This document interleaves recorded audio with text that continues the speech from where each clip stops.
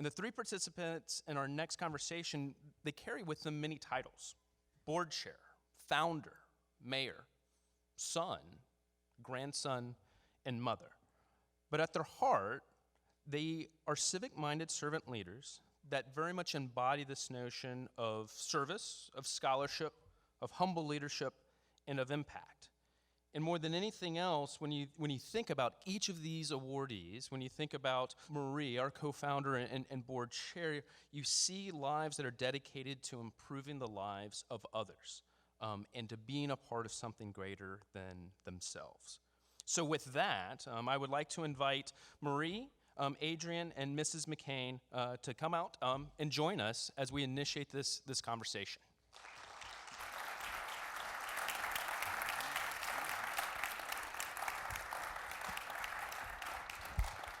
And again, to each of you, thank you so very much for joining this group of Tillman Scholars. As I mentioned earlier, we have a wonderful display of both the breadth as well as the depth of the expertise that this community offers. And so as a part of the celebration of this key legacy, we are more than happy to jump right into this conversation.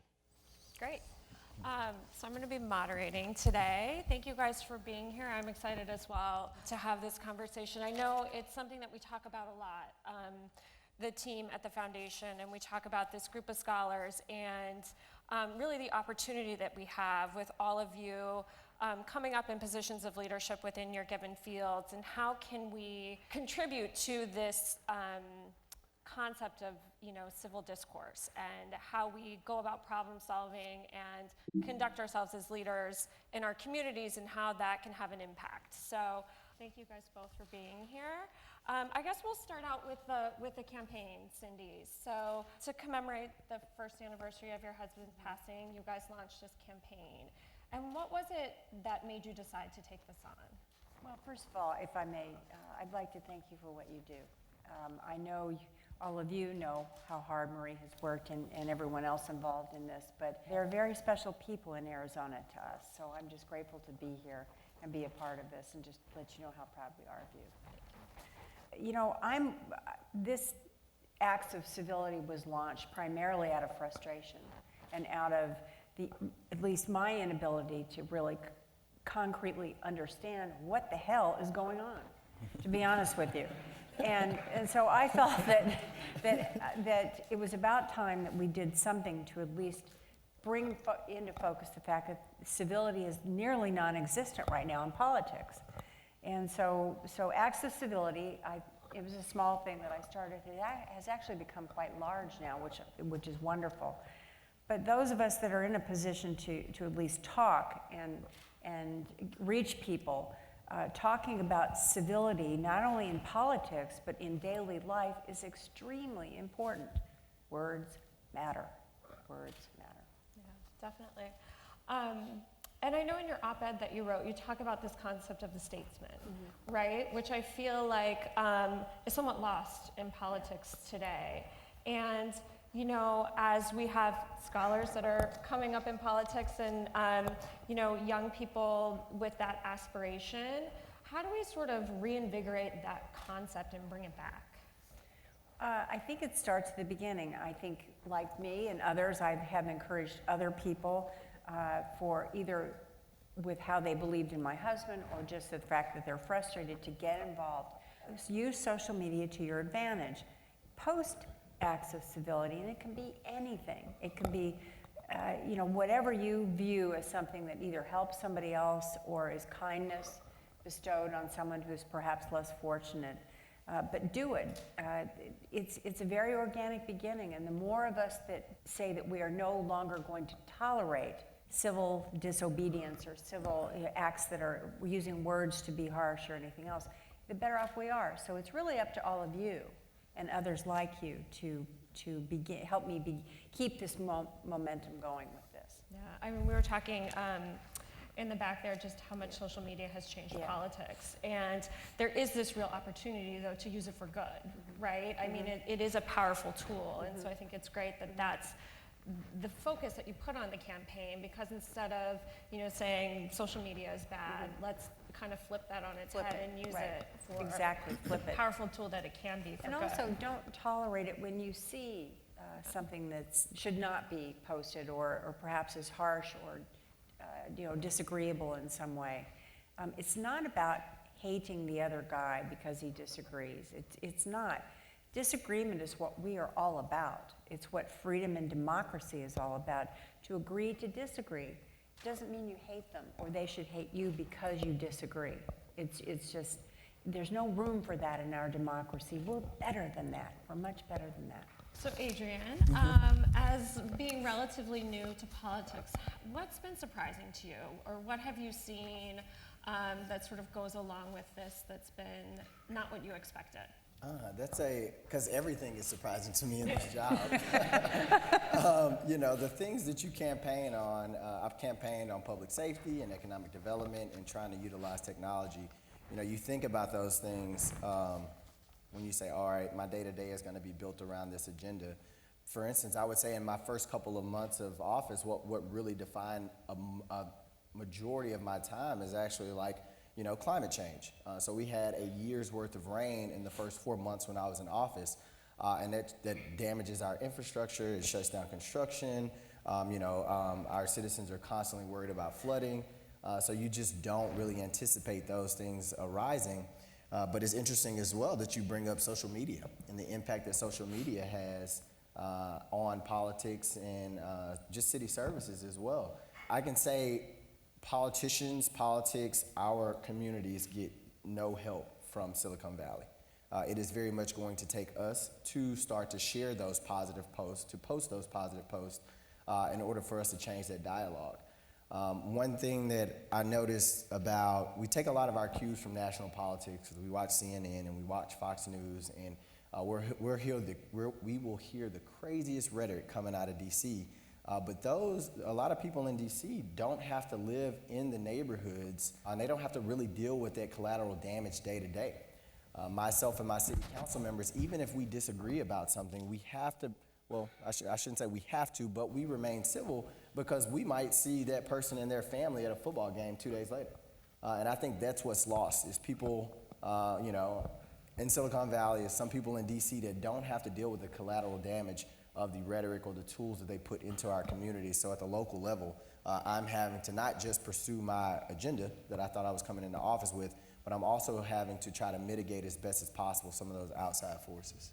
So do you feel like at the local level there is more civil discourse and cooperation around solving problems in your community? Absolutely, and I'll give you an example. So right now, I'm putting out the largest bond proposal in Shreveport's history. It's about $186 million to focus on public safety and infrastructure. And if you watch social media, you would think that it was a particular neighborhood. You would think that this neighborhood was against all things government. You would think that they were going to be rioting when we showed up. It was going to be picketers. People were going to be throwing tomatoes on the stage. But actually, when we went into the neighborhood, they were the most receptive neighborhood that we had even visited. So social media creates this weird world of negativity where oftentimes it's not below the surface. So yeah, 100%. I think that's super encouraging to hear. So I'm happy to hear that. You talk about social media and just the disconnect between what's out there and then what the reality is.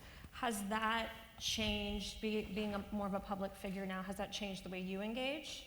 It has. It really has. I'm much more careful with the things that anything that I'm talking about that could potentially be negative or could potentially be shared on social media.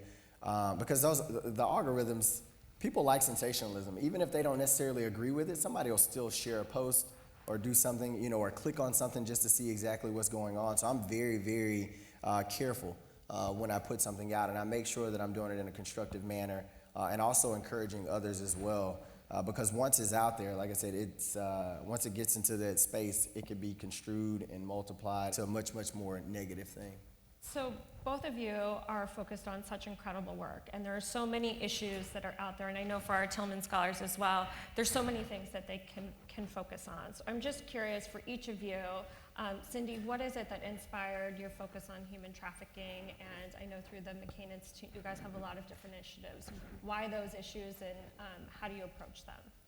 Well, my husband and I started the McCain Institute together. And his focus on issues was different than mine in terms of the things that he could be most effective in, next generation leaders, foreign policy, defense, national security, et cetera. And mine was the humanitarian side of it. And human trafficking, how I got into it, and it's a very simple story, I had an experience. And most people that do things like this with regards to humanitarian efforts, that's usually what happens. And mine was no different. It occurred in India, and I saw it. I didn't know what it was. I came home, I just walked away from it, came home and really had to make a decision. I was going to find out what that was that I just saw. And it's been a long effort for me, and it's something that I think we've been very effective in bringing awareness, not just to my home state of Arizona, but to the entire country. And the issues that John cared about, we've been most successful in, because he had an opportunity to be a part of this before he passed. So like anything, I tell people, in whatever you decide to do, be it politics, be it humanitarian efforts, or anything else in between, do it from your heart. Don't do it because somebody says it's a good idea. You have to love what you do. You have to. And I'm no different. And human trafficking is a scourge and a national epidemic that has to be stopped. So Adrian, you come into this role as mayor, and I'm sure there's like a million things that you can focus on, right? So how do you choose where best to put your efforts, knowing that you can't be everything to everyone and trying to make the largest impact while you're in office? Yeah, so that started during the campaign as well. Those three things that I talked about were, I wanted to focus on them throughout my tenure as the mayor. So that's kind of how I focus my energy. But again, things are going to come from the left and from the right, and you're going to have to occasionally adjust. But I talked to the people. Before I started the campaign, this is my first elected office, and I read books and talked to people, and I was like, oh, I have this 10-point campaign platform, and I focus on all these things. And then I went and knocked on doors and started talking to people, and that list got shorter and shorter and shorter till it was like just two things that people really cared about. It was jobs, opportunities, better pay, and really just public safety. Everybody wanted to feel safe in their community. So I shortened it because I got feedback from the people, but also my third component, technology, how to leverage technology. In listening to citizens, I often wanted to make sure I could be objective as well. So I also study a lot of data to see how could I have the biggest impact with the amount of time that I spend, with the resources that I allocate to my staff. As a matter of fact, we are working on our fiscal year 2020 budget right now, and I'm trying to tie our dollars to actually the numbers to make sure that we're putting our money where it should be going from an objective point of view, and how we can best get at the public safety initiatives, and we can best get at the economic development initiatives as well. So before we open it up for some questions from our scholars, I'd love to hear from you guys just what bit of advice you have for our scholars as they are going about their education and their careers and looking to have an impact in their chosen area. Well, as I said before, in whatever area you choose to go into, do it from your heart. And please know that you, as younger people in this audience and in your communities, it's really important that you lead. It's time. It's time to show some of our elder statesmen that perhaps things need to be done a little differently, if I can put it in such a gentle way. But if I may also, I, like you, get very frustrated at the things I see, but sitting back and doing nothing simply won't work. So you've got to get involved. I know that's what the Tillman Foundation does, but I can't tell you from a standpoint from where my husband and I still do mentor young people just like you, so that you can go on and really make this place an even better place than it already is. So myself, I am a 2015 Tillman Scholar, and I remain convinced that the people in this room are the most impressive people that I've ever met in my life. When I showed up here in 2015, I just knew somebody messed up in the application process. Like, I was not supposed to be in the room with the people that I was in the room with. You all have done incredible things. I've sit on selection boards at this point, and I know exactly what you're made of to be sitting in this audience today. And what I'd say is that in seeing politics and my being a strategic leader at this point, and being able to interact with people at the state level and at the federal level, I just like to echo what Ms. McCain said. We need you all we need you more than ever today, just to be honest. We need the type of character you all have. We need the type of energy you all have more than ever today to really hold our country together. Giving advice to you, like I said, I feel weird giving it to you because, most of you have it all together, in my opinion, and I'm the one that snuck in. But the advice I would give is really just to continue to do what you're doing, but know that the country absolutely needs you. So just be bold. Don't let anything stop you. Don't get to a place where you're complacent or where you're content with where you are. You have to continue to push. You have to continue to strive for those things that are, and strive to be a part of those things that are bigger than yourselves. Thank you. So we're going to take some questions from all of you.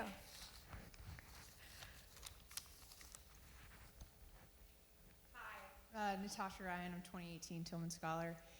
First and foremost, I wanted to say it's really great to see a diverse panel. There were, not too long ago, both of you wouldn't have been allowed to vote. You certainly wouldn't be sitting in positions of power, so it's really great and motivating to see both of you up there. Ms. McCain, thank you for your candor and your grit. It's refreshing. Thank you. I have a question for you. Where do you see women veterans fitting in and potentially being the most impactful in acts of civility in a time when it seems like women in leadership are struggling and persevering for a seat at the table? Is there a place for the collective presence of Tillman scholars, particularly Lady Tillman scholars, to assist in that? Mm-hmm. Thank you. Thank you for the question. As far as I'm concerned with this, I think for every woman that's in this room, not only should you be at the table, you have a right to be at the table, and don't ever forget that. And you demand your seat at the table because women are a very powerful influence on daily life in every sector of all of this. I have had that question before, and like I said, sometimes people don't want to listen because you are a woman, or perhaps you're a young woman. I mean, that's kind of a double dipper right there. It's kind of hard. Demand it. It's your right, it's your honor to do so, and I can just say, I mean, I'm kind of a tenacious bitch, and I don't care. But so I mean, I have no problem stepping on somebody, in a nice way. But most importantly, in any of these avenues, we need, especially in politics, so if I may say, we need a woman's influence in politics. Nothing against our fine young men in the arena here. Women got me in the politics, just so you know. My Exactly. staff, trust me, they played a big role in what I'm Perfect, but it's very important that I would think, take a look at a political entry into anything, whatever level you think, but politics especially, because I think women, we have a different perspective, we have a different heart rendering from it, we have a different viewpoint, and we should be a part of it and need to be a part of it. Hi, good morning. My name is Sayed Faraz. I'm a 2019 Tillman Scholar. Thank both of you. Thank everybody for being here. Adrian, I've got a question for you. When are you running for president, and how can we help? I'm in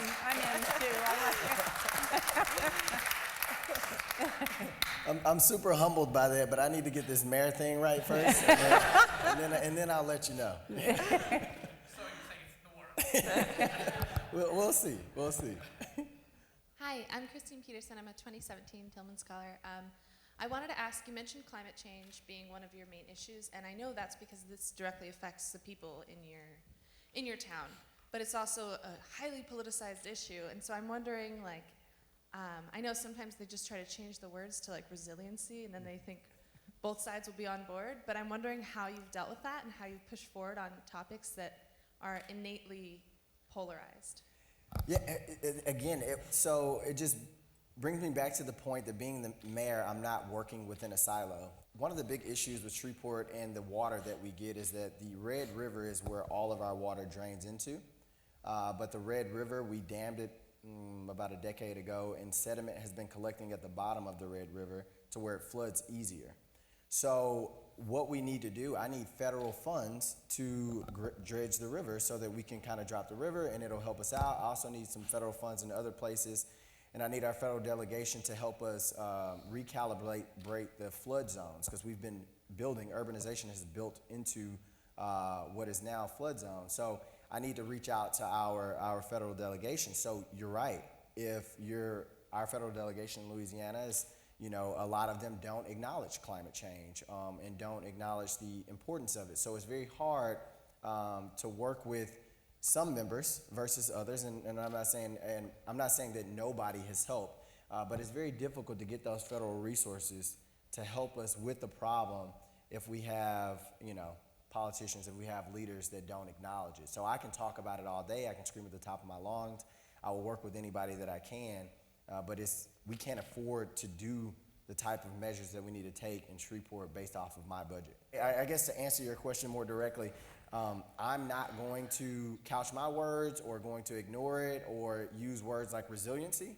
It's just not fair to my citizens who are having to deal with higher and higher probabilities of flooding every year. I am going to try to find allies reaching across the aisle, which I always have to do, to help me identify this problem that's right in front of our face and be able to try to find those solutions for my citizens. If I can say also, I completely agree with what you said, but you in here and in this room, we all know climate change is real. This is not some manufactured political thing. But the problem is that our federal legislators have made it political. So it's up to all of you to remind your federal legislators that you disagree. And number one, they should be working across the aisle on an issue that affects everybody on this planet. So we, as an active role, and the things that you're going to be doing, we need to take an active role in reminding our federally elected politicians that we're not going to wait any longer. Yeah. It's time to work together. Short story, my husband went to Antarctica with Hillary Clinton. And this has been some years ago now when she was in the Senate. And both my husband and Hillary took heat for traveling together, which is ridiculous. I mean, we shouldn't be working across the aisle. And they fended off for years the fact that they had traveled together, they were trying to learn about this issue. Of course, it doesn't exist. I mean, it's a number of things, but it's up to all of you locally to remind them of what's important and to work across the aisle. So my name is Jason Poudrier, and I'm a 2018 scholar. And so when you're just a civilian or veteran, but you're not in politics, but you're trying to enact change, what are the best ways to get in touch? You hear writing letters, you see protests, but what are the best ways to engage, whether it's the mayor or with your with a legislator at the federal level, to really get the ear and say, hey, I want to talk to you about this issue and how we can address it? The ballot box is the first way. The ballot box is the first way to get their attention. I would say mobilization as well. You'd be surprised what you and a dozen others can do by going to a city council meeting or going and showing up at your state legislator's office together to say, hey, this is an issue.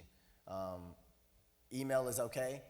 It's weird. I think it's like the most uncomfortable things have some of the greatest impacts. You know what I mean? It's not always convenient to create change. So you might be like, oh, I can just shoot this email, or oh, I can just call from the comfort of my own home, but just know it's probably hundreds of others doing the same thing. And also probably half of them are going to be on the other side of an issue. But if you actually mobilize a group of people to take off work and to go to a city council meeting, or take off work and set up a meeting with the mayor or a state legislator or a federal legislator, I think you'd be surprised. And then that gets momentum if people see, oh, this is a big enough issue for this group of people to take off work, to write letters, to make social media posts, then I believe in that as well. And that's the way that I've seen, aside from the ballot box, that you can start to create a lot of change and set the conditions for people going to the ballot box. I don't think it's ever convenient to make change, right? Yeah, no, it's not. Right? But I'm a millennial, right? And the Generation Y coming behind me, they are even more concentrated coming behind us are even more concentrated on the internet. And, Obama just made comments the other day about, it's not activism to be on the internet saying what should be. That's super comfortable. You're probably in your robe typing. That's not activism, and that's not creating change. Oftentimes, sadly, it's really cutting against the civil discourse that we really need. Hey, I'm Patrick Robinson. I'm a 2017 scholar. Congrats. Thanks, Matt. Good to see you. I would love to take a turn into a very practical space with you, Mayor Perkins. Can you talk us through? It's weird, right? It's weird for me too. I love it. Don't worry. I love it, man. Take us through a situation where you had a really strong disagreement with either a partisan opponent or with the incumbent mayor who you defeated. How did you work through that? How did you engage them with curiosity with regard to their position, with an open mind, and how did you actually work through and kind of find whatever that common ground ended up being? So, and you probably can read about this on the internet. I think my communications director was talking to me about it prior to coming on stage. I had a disagreement with one of my Republican council members early in my tenure about the powers of the executive branch. It's weird, right? But about the powers of the executive branch, he wanted to take away powers and put it within the legislative branch. And I said, no, I want to keep the integrity of this office alive. Like, I get what you're saying. People have done bad things in the executive branch in the past. We had uncovered some inappropriate activities. I get that, but I have faith in my administration. I'll set the example going forward, but I don't think the fix is to strip powers away from the executive and slide it into the legislator, as if the legislator, is somehow a more moral branch of government. So we had a pretty big fight, actually, and one of our emails, it's just an email to one another, and I know this is public records, so I probably shouldn't have been as stern in the email. One of our emails leaked out that we were having this conversation, and we had other council members on the email as well. But what I did was, he and I went to dinner. We talked about it, face to face about exactly where we were on each side of it. And it ultimately boiled down to, hey, we're just going to let government work itself out. There was a council vote on whether or not certain, powers should go to the legislator or stay within the executive branch. And it was like, we walked away from dinner knowing, like, he still felt the way he did, I still felt the way I did, and we would let the political process play out. So lobbying council members to making arguments to council members, lobbying council members on our prospective points of view, and we were perfectly fine after that outcome.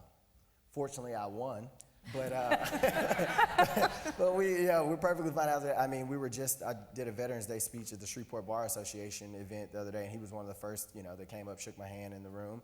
When I see his kids, we'd take pictures together, and I hug them and stuff. So, it's perfectly fine. But it was one of those instances where it can be perceived as, at the local level, they're getting just as nasty as national politics, but it's not that way at all, actually. Hello, I'm the wife of Eric. He's active duty and I'm a spouse.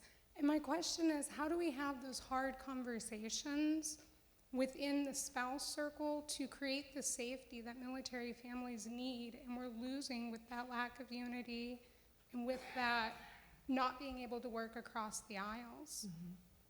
First of all, thank you for your service, as well as your husband. You bear the brunt of this all too often, and we respect you and love you for what you do. You raise a very important issue, and that is the spousal network to all of this. There's not enough discussion, there's not enough conversation about the issues that face you. I know there's certain boards on every base and all those kinds of things, but my suggestion would be to talk to people like me and others and people that are actually elected officials in whatever capacity to help with this.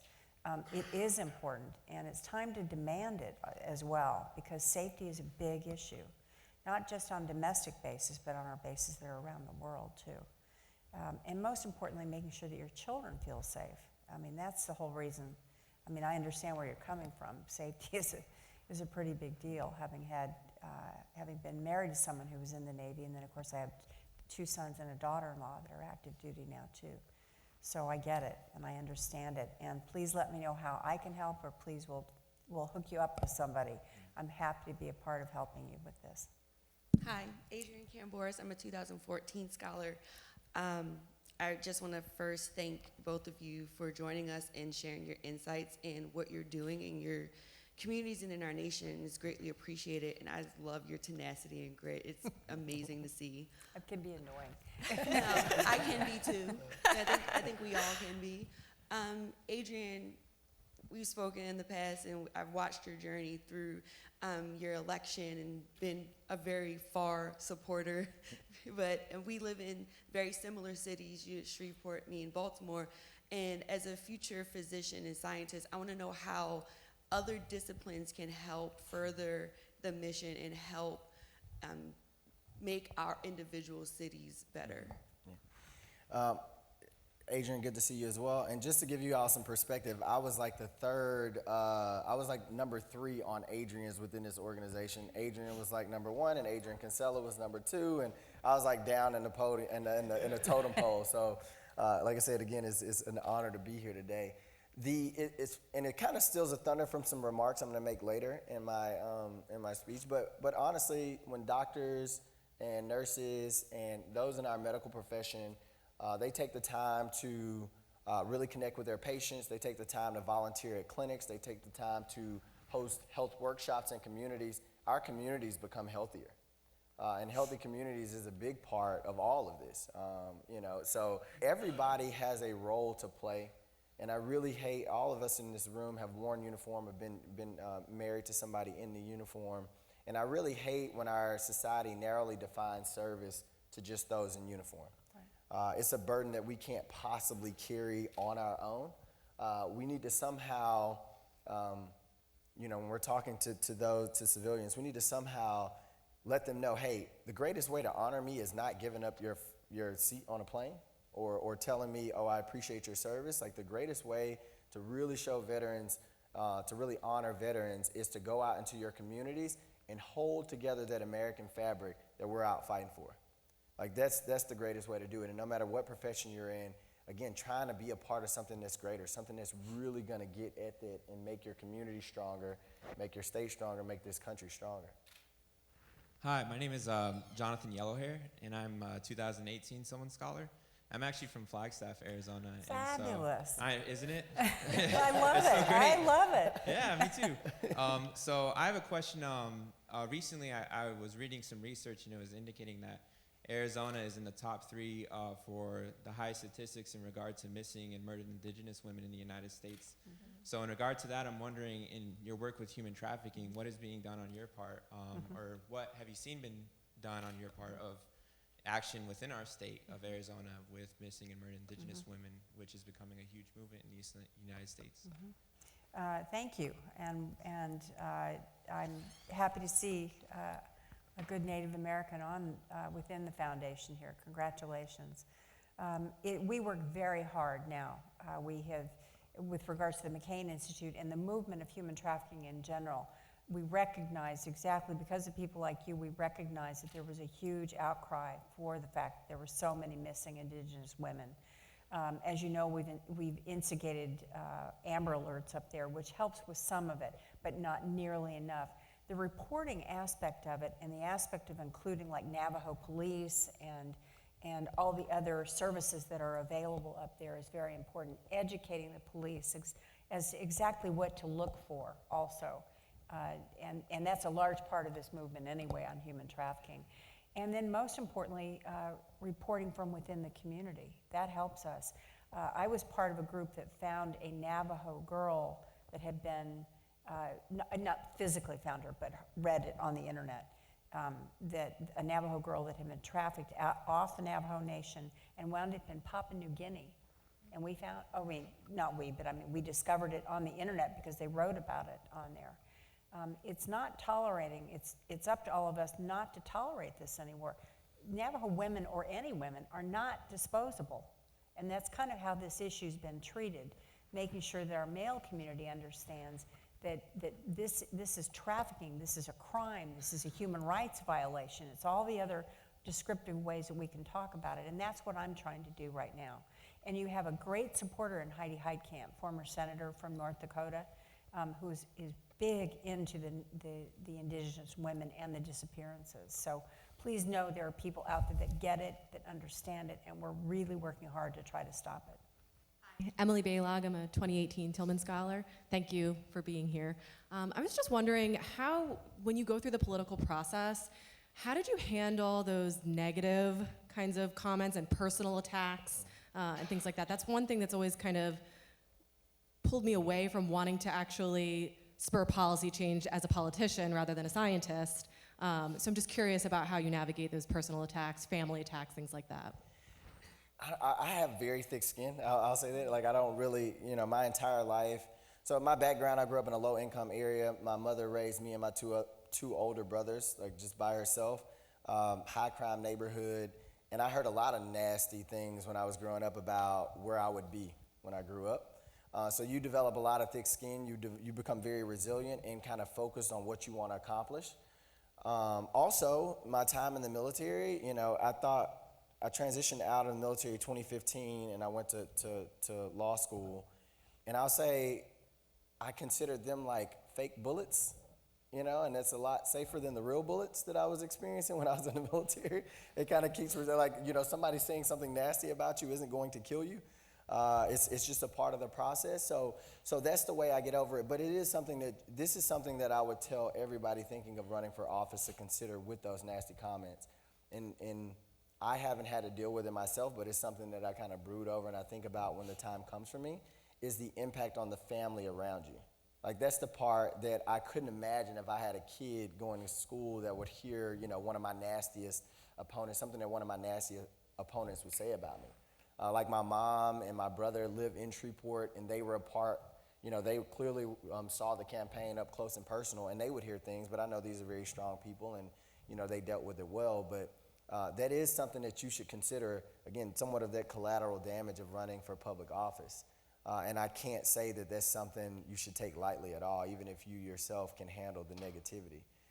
Another part I do want to bring up about being a public official is the fact that you want it for the right reasons as well. With being a public official, a lot of attention comes, and I've realized being around elected officials at this point that some people like that attention and only are doing it for that particular attention. Somebody said something early when I was running for office, because I was meeting these people, and I'm like, this is a different kind of person that are elected officials. It's not very representative of everybody in our general population. And somebody said, yeah, but Adrian, there's still good people in the world, they're just not politicians. And it was a joke, but seriously though, a lot of people get in the arena of politics for the attention, and I'm actually an introvert. I hate public speaking, I hate being in the spotlight, but I want to create change. I know I'm doing it for the right reasons, and that part is burdensome to me. So again, the part about people saying something negative, that's just another burden that I carry, because I know I'm doing it for the right reasons, and I'm committed to making whatever sacrifices I need to make to get to that end. I can speak to it as a family member, and having not only watched my husband be, beaten up continually, and also watching the impact it had on my family. But like you said, we knew he was there for the right reasons, no matter how hard it get. Now, that did not change the fact that I wanted to shut the door and kick the dog. I mean, I'll be honest with you, there were times that I just wanted out, but I knew he was doing the right thing, and I knew that what he stood for, and our family knew that. So we viewed it many times as a deployment. So things get rough, things get tough. That's how we kind of moved our kids through it a little bit, because that's a whole different realm, as you know. As long as you know that you're in it for the right reasons, and as long as you know that you will do the right thing, and sometimes the right thing is the hard thing to do. As long as you know those things, you can get through that. I mean, it's just like you said, it's just words. But it doesn't make it any easier, especially when there's kids involved. I understand that completely. Yeah, I think it was maybe 5 or 6 years ago, we had a group discussion at one of our summits about encouraging our scholars to get into politics. And at that time, a lot of the reaction was like, why would I do that, right? Why would I put myself in a position where I'm sort of, open for scrutiny and all of that? And I think that, it's wonderful to see some of you taking that path. And I think it is such an important thing that we have leaders of character that are in these roles. And, I think that it's shifting, things are shifting, but there definitely was a time where, basically anybody that we would want to be in that position wouldn't dare run because of sort of the way that things were being slung at them. So I agree with what both of you guys are saying. It's never an easy thing, but I think it's about sort of like why you're there and sort of what the end result that you're trying to accomplish. Good morning. Nathan Durkee. I'm a 2016 Tillman Scholar. Thank you all for being here. I really do appreciate it. My question is about police reform. It's really been on the forefront, and I would love to hear both of your perspectives of what your visions are for, what a fully reformed police department would look like, and how we as, future leaders in America can really push this issue. Yeah, I'll take this one first. A part of my public safety initiative is police reform as well. I've made the number one set of guidance, I guess, for the Shreveport Police Department to be community-oriented policing. Make sure that we have community liaison officers that historically have been the ones responsible for building that relationship in the community, and it's not many of them. And they're like, it's like one per district, but I've tasked everybody on the police department, all of the people doing patrol, anybody that's out, to make sure that they're getting out of their vehicles and talking to members of the community, talking to the kids playing in the street, talking to grandmothers on the porch. And I do that because what I thought was absurd was that when I was in Iraq, as a platoon leader, I was responsible for getting out of my vehicle and talking to everybody within my area of operation. And I had to bring a report back on everything that I learned. And I talked to them about soccer and a bunch, anything we could talk about. But I thought it was absurd that it was my responsibility to get to know citizens of Iraq as best as I possibly could as a soldier, but the police officers in my community weren't getting to know the people in the neighborhoods that they were patrolling in. And they had no idea who they were. The citizens were afraid of them. They just see them driving by in their cars. My officers didn't know who community leaders were in areas that they patrol every day. So that was the big thing that I did initially, to really bring things closer together between two, because they're all citizens. Their kids go to the same school, they cheer for the same football teams, and we've made a lot of progress on that. Our officer-involved incidents, or excessive force incidents have already started to decline, and the culture of the police department is changing. So I'm very, very proud of that. In addition to that, another step, or I should say a barrier to reform that I'm very conscious of, is my police officers and my first responders are under what's called the civil service laws. So they have a special set of laws that protect them. So even if I was to investigate a normal city employee in my public works department, it would be very easy. I just initiate an investigation. If I investigate a first responder, I have to go through the Civil Service Board. Also, just understanding the apparatus around your police department and firemen, and that's probably going to vary depending on what city you're in, what state you're in, but understanding the apparatus around it and how to kind of get after the things you want to change. The things that I want to change by the time I leave office is I want my police officers to have a much better relationship with my citizens. It makes all of my neighborhood safer. Instead of having I have about 500 police officers.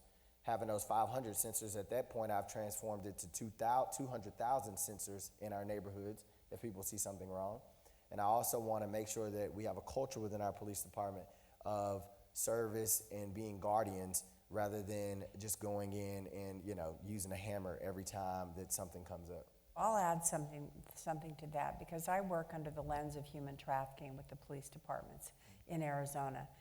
All too often, I think because they're obviously seriously focused on safety in neighborhoods, et cetera, but helping educate them on issues that are important. In my case, human trafficking, and there's plenty of other issues that are out there that awareness and training and local activism together can be very helpful to a police department, and I have found anyway. And our police officers not only relish the fact that they could be educated on issues that were not presented at the academies, but that they could also know that once they were aware of it, that they could make a difference. If they could, spot a child being trafficked or whatever it might be, in my case.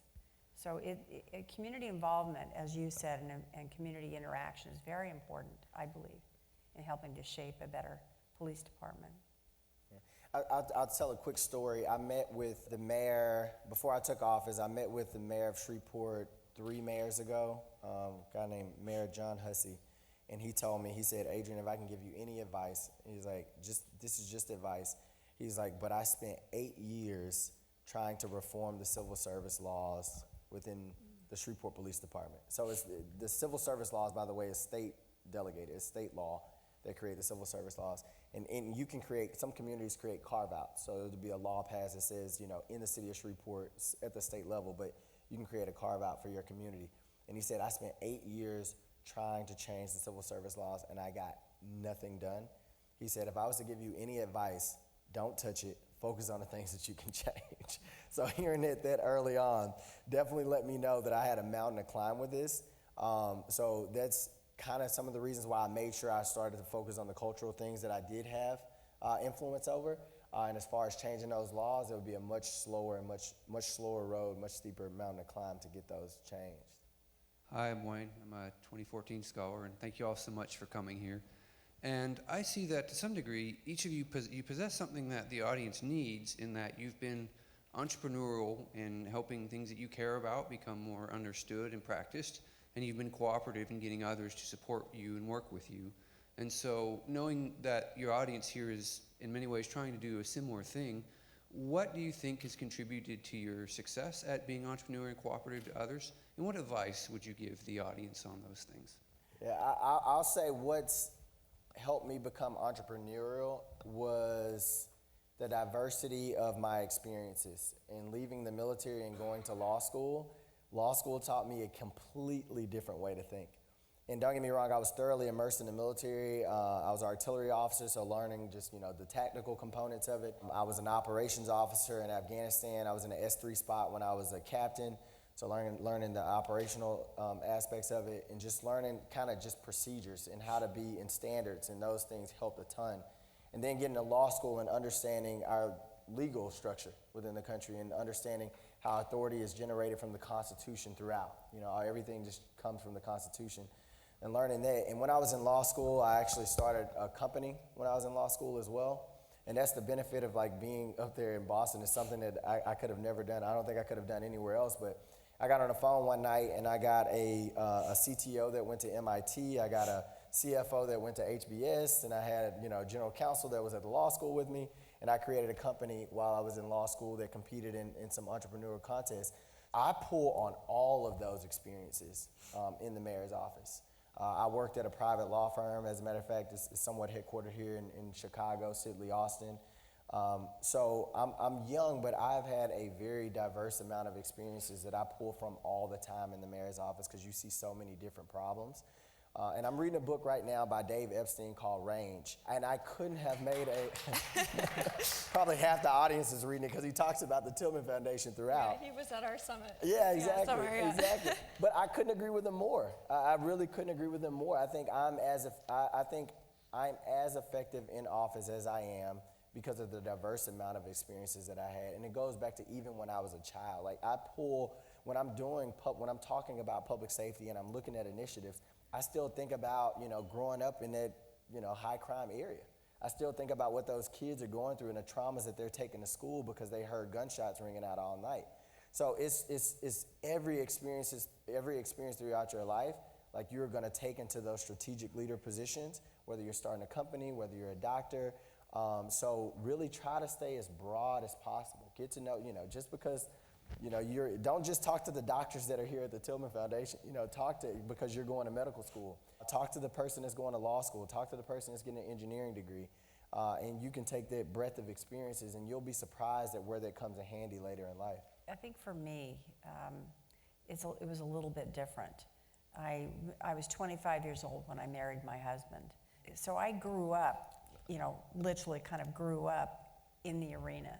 I had a front row seat to history many, many times. I had an opportunity to see things from a historical perspective that not many people get to see. So through the years, I began to do the things that I did because, as I mentioned, it was from my heart. I've always been involved in humanitarian issues. It all came to a real front. Number one, certainly when we formed the McCain Institute, and people then became interested and depended on us for certain issue-related events that would take place around the world. But when my husband passed, all of a sudden I was handed his institute and became the chairman of the board of it.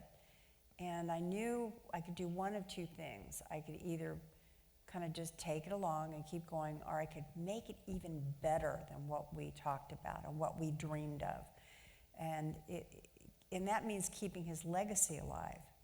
So for me, it's a journey. It's been a journey, and the further down the road I get, the stronger I get, because when I was 25, I never opened my mouth. But now, I mean, I'm in a position where I have to not only perform because I believed in my husband so much and the things he stood for, character-driven leadership, honor, duty, honor, country. That was his mantra, living by. But now I have a choice. I can either step back and just see what happens, or I can make it better. And that's kind of the road I'm on now, is making sure that his legacy not only stays alive, but it shines. And that's what this is all about, because what he stood for was so key to what's important in the United States of America, I believe.